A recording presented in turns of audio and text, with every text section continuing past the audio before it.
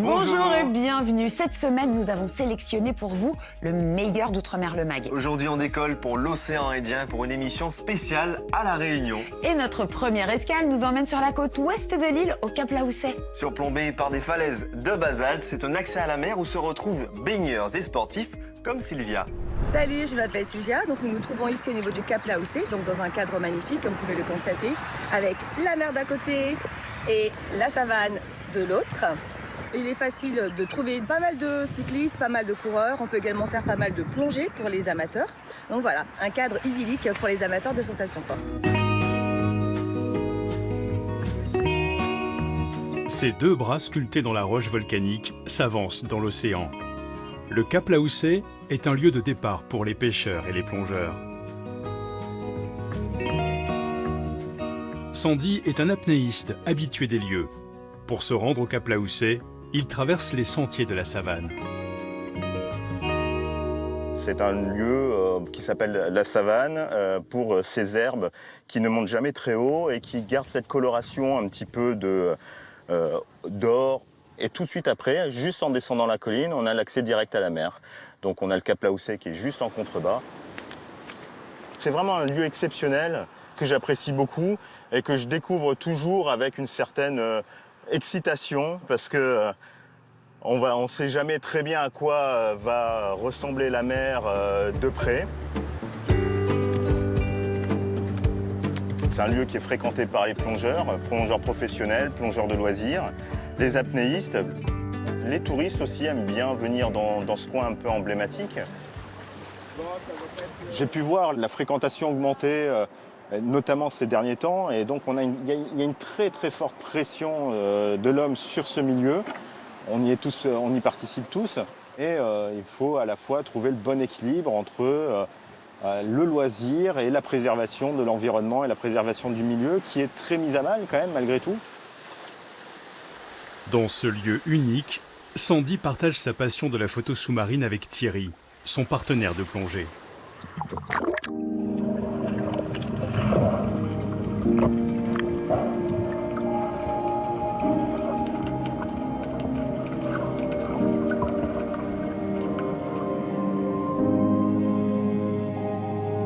J'ai commencé la photo il y a plus de 10 ans avec Thierry. Il a fallu expérimenter, chacun à notre niveau, bien évidemment. On n'est pas les meilleurs et les plus reconnus, mais on se fait plaisir, quoi.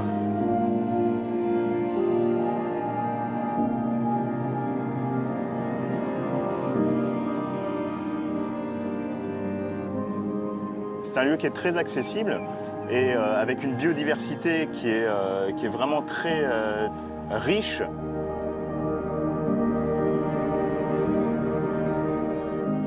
Si on a de la chance, on peut plonger au son des baleines. Et même sans les voir, on a toujours le chant des baleines qui nous accompagne pendant les apnées et les sessions. Et on sort de là revitalisé.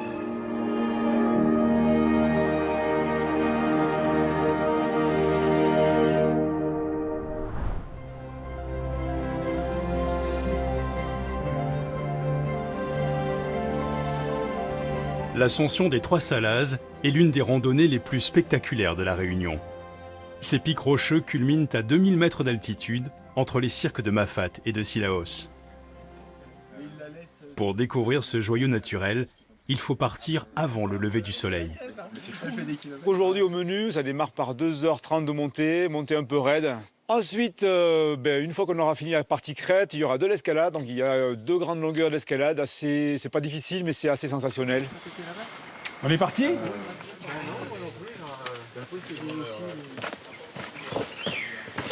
Là, c'est plutôt cool, mais plus on va se décaler et plus on va arriver sur des parties vraiment surplombantes avec, par moments, vous le verrez pas parce que c'est végétalisé, mais on a 100 mètres, 150 mètres de quasi vertical.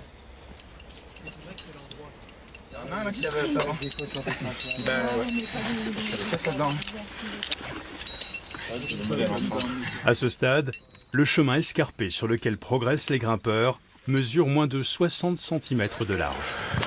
À partir de là, on va prendre les distances.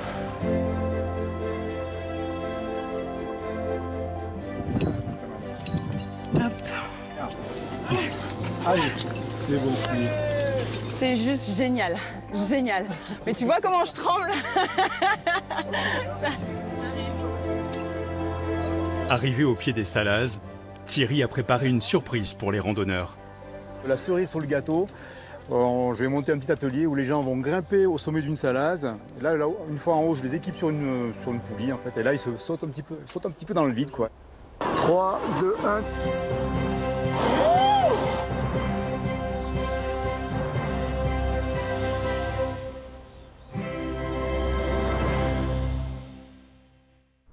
Le Combava, c'est vraiment votre allié pour par exemple, les courbouillons de poisson, pour tous les plats en sauce ou même ce qui est à base de crème. Et aujourd'hui, c'est une crème brûlée au Combava que nous allons faire. On va extraire son parfum pour notre recette du jour, sucrée.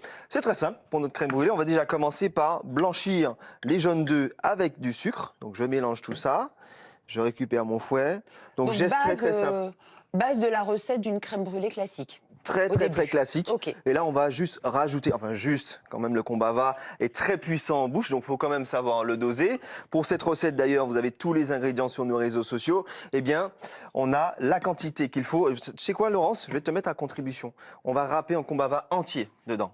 Entier. Oui, t'as bien entendu. Et tu sais que c'est puissant, ça. Je sais petit, que mais c'est puissant. c'est mouse costaud. Oui, mouse costaud, c'est ça. C'est très puissant. Et là, la crème, en fait, elle a un petit côté enveloppant. Donc, on va justement réveiller la crème avec le Combava. Donc, on veut vraiment du goût. Et que le zeste, on est bien d'accord. Et que le zeste. Et moi, pendant que je blanchis, voilà. Et d'ailleurs, c'est en train de blanchir. On voit bien que le sucre de canne change de couleur.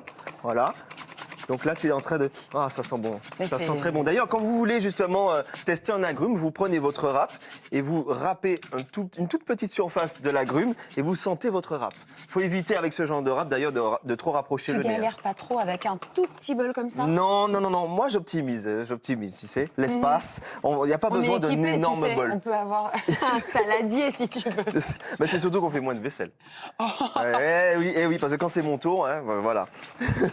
Donc là, on a bien blanchi les jaunes d'œufs avec le sucre. T'en es où là pour le Combava? Écoute, je m'applique. Voilà, moi je fais ça avec amour. Le Combava, je pourrais en mettre partout. On va éviter de mettre du zeste de doigt de Laurence dans la recette. T'inquiète pas pour moi. Voilà, donc là c'est bien, on a quelque chose en ruban là avec le jaune d'œuf, c'est bien blanchi. Et je vais pouvoir rajouter ce mélange-là à la crème une fois que Laurence aura terminé. Je pense que je vais prendre un petit bouquin. Voilà, petit bouquin à côté. Bon allez, je vais mélanger. T'es pressé peut-être? Non, mais j'ai surtout envie de te faire goûter la recette à la fin.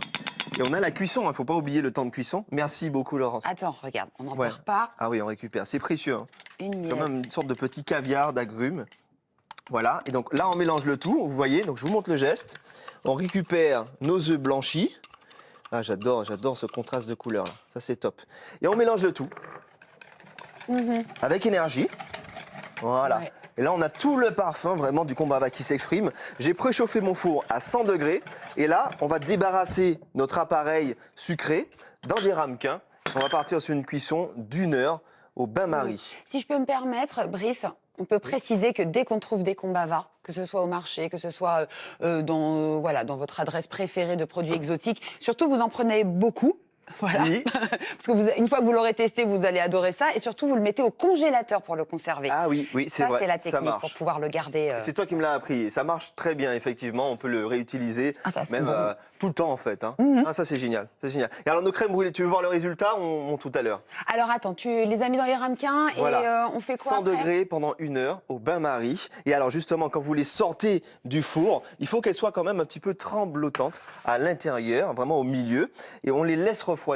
Donc, c'est à ce moment-là qu'elles vont vraiment figer et qu'on aura la crème qui est prête à accueillir le sucre de canne par-dessus. On pourra justement caraméliser. Donc, pour brûler nos crèmes, on a un chalumeau. Sinon, vous prenez votre four en mode grill. Puissance 2, hein. Jamais puissance 3, parce que là, vous allez avoir vraiment quelque chose de brûlé au sens propre. Voilà. Et là, on caramélise tranquillement, tout autour. Le plus intéressant, c'est d'avoir ce côté un petit peu chaud-froid. Moi, j'adore. On vous emmène pour une descente sportive sur l'une des routes les plus connues de l'île. La route forestière du Maïdo, qui est régulièrement empruntée par les adeptes du long skate, comme Eric. Bonjour, je m'appelle Eric. On est au Maïdo. Temps agréable, il y a du soleil, même si on est à 2000 mètres d'altitude. On a la vue sur la montagne, sur la mer. Et il fait beau. Et là, je vais faire une petite sieste. Et je vous invite à venir. Au Maïdo, il fait beau.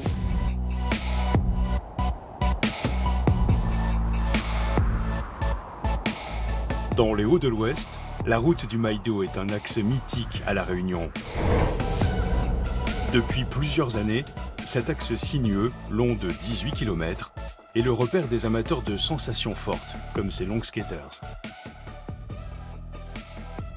On fait un premier réglage pour avoir une bonne stabilité dans la descente. Et du coup là, on remet les écrous à zéro. Jim prépare sa session du jour. Depuis 12 ans, il pratique le long skate ici, au Maïdo, à plus de 1000 mètres d'altitude. Il sait donc parfaitement quel matériel utiliser pour se lancer dans les meilleures conditions sur cette route tortueuse. Selon la vitesse qu'on va avoir, le skate il va danser un peu. Donc selon la danse qu'on aura quand le skate il part en vrille, on va redonner un coup de serrage pour avoir la bonne stabilité. Là c'est mieux. Ouais. On aura les gants et ça va nous permettre de poser la main et glisser dans la descente. Ça va être du drift, on appelle ça. Ok, on décolle.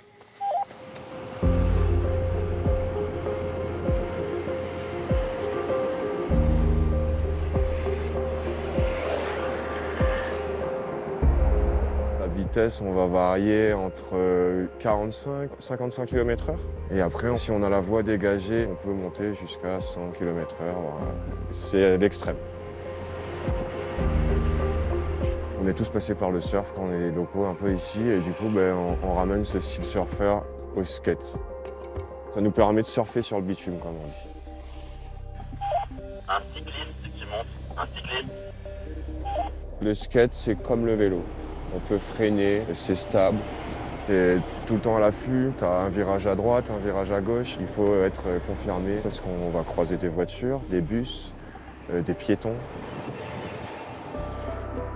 J'adore la vitesse, les sensations fortes. Et même le paysage, dans le cadre qu'on est, on a des belles routes, de beaux dénivelés. On a vraiment de la chance. Quand je descends, je pense à la liberté. En vrai, je me fais un vide dans ma tête. Et ça me permet de m'évader, d'avoir des sensations, de l'adrénaline. Le spot du Maïdo, c'est mon spot favori pour pratiquer ce sport. Donc ça serait vraiment le rêve de faire passer une étape du championnat du monde ici. C'est un des plus beaux panoramas sur le cirque de Mafat. La roche Vert-Bouteille s'atteint en moins d'1 heure de marche. Un chemin que Jérôme et Fabrice parcourent régulièrement ensemble. Même là. Ouais, même là, là on est sur le sentier pour aller direction Roche-Vert-Bouteille et avoir la vue sur le cirque de Mafat, quoi.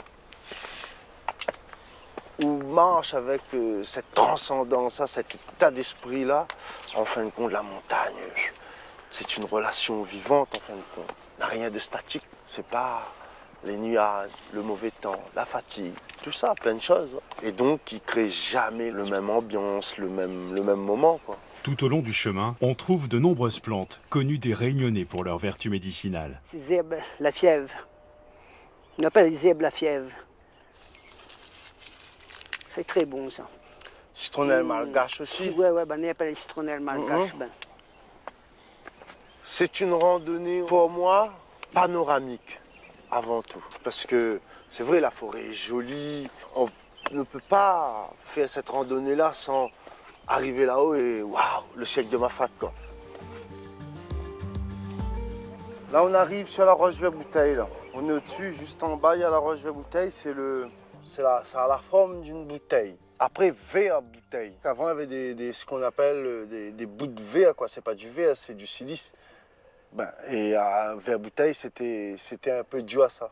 Et c'est moins visible maintenant, quoi. On voit moins maintenant. Avec ça a terni aussi, quoi. Pour moi, plus beau panorama dans le sens où sur le cirque de Mafat, mais surtout sur le fait qu'on soit dans un angle où on est face au cirque, on n'est pas sur un côté. Mafati. Tout ce qui est à l'intérieur du sommet à notre gauche, la roche écrite, et le sommet du Grand Bénard, tout ça, tout ce qui est à l'intérieur de ce cirque-là, c'est le cirque de Mafate. Il faut s'imaginer que tout ça a été fermé et là-dessous, c'était du magma en fusion. Et il y a plusieurs milliers d'années, qu'est-ce qui s'est passé? Ce dôme-là, il s'est effondré. Ce qui veut dire que tout était vide en dessous. C'est ce qui nous donne cette morphologie très escarpée.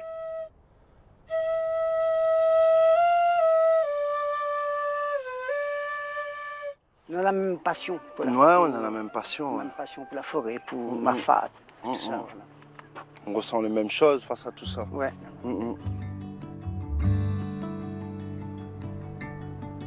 Nous allons à présent tourner notre regard vers le ciel et suivre la trajectoire d'Erika Veillot. Et cette trajectoire qu'elle va arriver comme ça? Exactement, elle a amené juste ici. Bonjour Erika. Bonjour Brice. Bienvenue. Bonjour Erika, merci beaucoup d'avoir accepté notre invitation. Avec plaisir. Erika, alors vous arrivez tout droit des Pays-Bas. Oui. Vous travaillez ardemment sur un programme spatial. Est-ce qu'on peut en savoir un peu plus? Oui, donc je travaille chez un industriel aux Pays-Bas qui donc a un contrat avec le programme Artemis, donc c'est un programme de la NASA qui va renvoyer des hommes et des femmes sur la Lune et sur Mars. Et alors, ce milieu quand même de spatial, c'est venu comment? Il y a une personne en particulier qui vous a inspiré? Alors, il y a eu plusieurs personnes qui m'ont inspirée. Donc, évidemment, il y a Claudie Aigneret, cette fameuse astronaute française qui a fait la station Mir et la Station spatiale internationale. Donc, nous, on connaît beaucoup plus Thomas Pesquet, mais dans ma génération, Claudie a été vraiment une référence. Et puis, j'ai été accompagnée par des mentors différents. Donc, Guy Pignolet, qui, lui, m'a présenté surtout les atouts de la Réunion pour porter des activités du spatial et former nos jeunes. C'est celui qu'on a vu dans le portrait? Exactement, avec le CubeSat entre les mains, exactement. Donc, ce sont des personnes que j'ai rencontrées qui m'ont finalement ouvert les yeux sur vers quoi je pouvais m'orienter comme domaine d'activité. Vous avez travaillé au Centre spatial guyanais. Tout à fait. Quels souvenirs en avez-vous? Alors, du bruit, des sensations qui traversent le corps, de la passion, de l'excitation, de la fatigue. Le Centre spatial guyanais, c'est un moment qu'il faut vraiment vivre, que ce soit pour y travailler ou pour juste observer un lancement de fusée, parce que c'est juste extraordinaire, en fait. Il n'y a pas d'autre chose qui puisse permettre de le décrire avec des mots. Il faut le vivre. Oui, c'est un événement même pour la population qui regarde ce spectacle, parce que ça devient même un événement. Les tôles des maisons tremblent, le ciel s'illumine. C'est vraiment extraordinaire. Et qu'est-ce que vous pouvez nous expliquer pourquoi les fusées européennes sont lancées depuis la Guyane?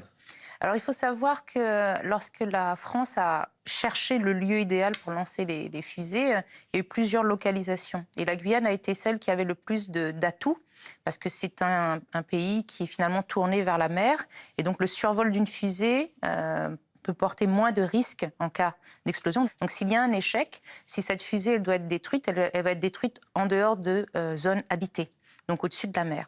Mais aussi, l'autre point particulier, c'est que la Guyane est au plus proche de l'équateur. Et l'équateur, en fait, est une ligne en fait, qui sépare notre planète en deux hémisphères, qui donne en fait une accélération, ce qu'on appelle l'effet de fronde, pour pouvoir donner un peu plus d'accélération à la fusée qui veut quitter la planète Terre pour aller vers l'espace.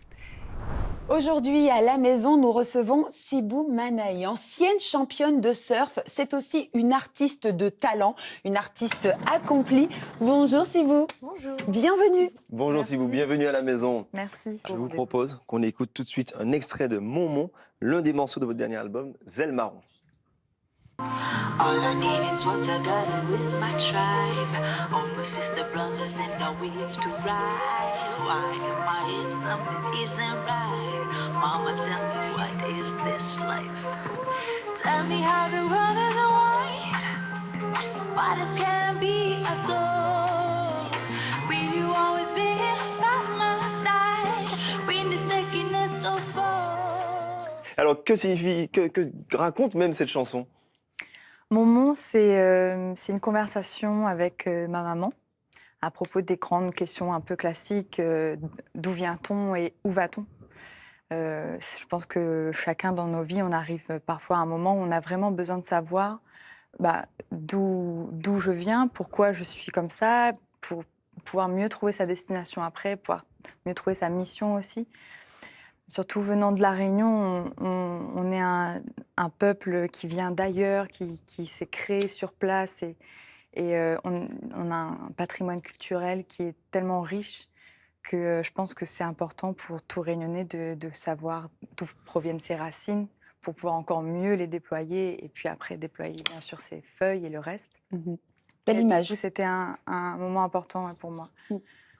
Votre parcours aussi, il est riche, hein, Subou, parce que dans une ancienne vie, vous étiez championne de surf, vous enchaîniez les compétitions. Et la musique est venue à quel moment dans votre vie? Elle en faisait déjà partie ou c'est au moment de la reconversion que c'est arrivé? J'ai toujours chanté. J'ai toujours chanté depuis tout marmaille. J'ai chanté, ça a commencé à l'éveil musical. Et après, j'ai joué des instruments, pour pouvoir m'accompagner justement à la voix. Mais à partir de 12-13 ans, j'ai commencé à composer mes premières chansons. J'avais des messages à dire, je ne sais pas d'où ça vient après, on ne sait jamais trop la création, ce que c'est réellement. Mais en tout cas, ça fait longtemps que je chante et que je compose. Et à un moment donné, comme tu l'as dit, je faisais beaucoup de compétitions. Mon premier travail, ça a été ça. Mais à force, le naturel est revenu un peu au galop. Et j'ai décidé de faire simplement de la musique et d'arrêter les compétitions et de me consacrer sur ce que j'avais réellement besoin de faire et envie de faire. La gastronomie de Lille est connue pour ses plats comme le rougail et le curry, des plats emblématiques, mais il y en a un autre que les Réunionnais adorent et j'en fais partie. Regardez tout de suite, on découvre la recette.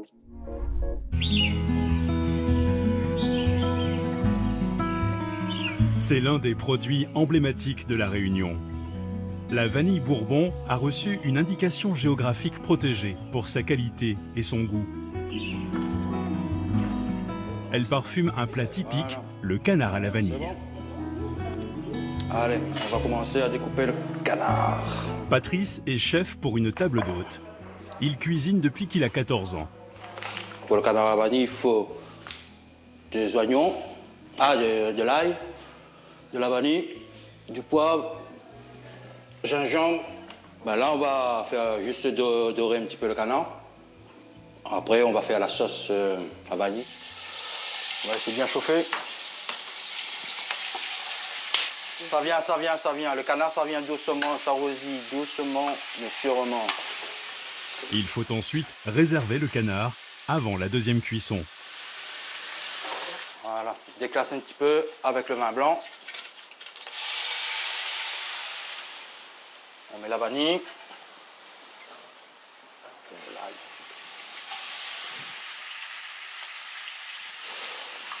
Voilà. Et on laisse cuire une bonne heure. On couvre. Et voilà. Magali est la gérante de la table d'hôte. Voilà les filles. Aujourd'hui, elle reçoit 3 habitués pour le déjeuner. Ah oui. Petite salade de palmis. On a de la chance d'habiter dans la plus grande réserve naturelle de l'île et d'avoir des produits d'exception tout autour de nous, avec des agriculteurs qui arrivent à nous fournir en temps et en heure nos produits. Voilà, après 1 heure de cuisson. Voilà, là il est cuit. Voilà, 30 secondes. Le petit canard à la vanille du chef. Avec des chips de patates douces. Je trouve vraiment très parfumé, moelleux, c'est vraiment très agréable. De toute façon, je leur ai dit, vous dites que du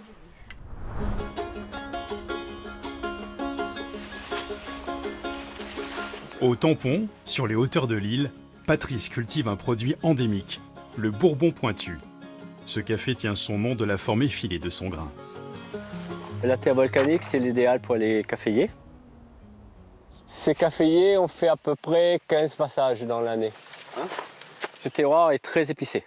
Contrairement à certains qui vont être chocolat ou fruités, ici, c'est le terroir de Bérive, il est particulier, quoi. Cette récolte est un travail d'orfèvre. Les cerises de café doivent être cueillies une à une, uniquement à la main. Rose, rouge, commence à être pas mal là. Et là, l'idéal Bordeaux. Là, c'est bon. Cette précision fait du Bourbon pointu un café d'exception et justifie son tarif élevé, 350 € le kilo, un des plus chers au monde.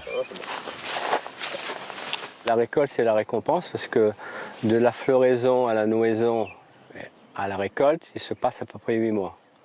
Et dans ces 8 mois, on a 6 mois de période cyclonique. Alors on a l'épée de Damoclès sur la tête, ce qui veut dire du jour au lendemain, on peut tout perdre. tu vois. Une dedans. À une époque, dans toutes les cours, chez les gens, il y avait au moins une dizaine de caféiers. Les gens cueillaient et le grillaient à la marmite, à l'ancienne. On a de la chance, on est content parce que là c'est un gros ouf. On peut enfin récolter notre café. Même si cette année on en a eu deux des cyclones, hein, mais malgré tout ça a résisté. On a quelques pertes mais ça va. Le meilleur d'Outre-mer le Mac, c'est déjà fini. À très bientôt et tout de suite la météo suivie d'Outre-mer l'info. Bonne journée sur France Télévisions. Et très belles vacances.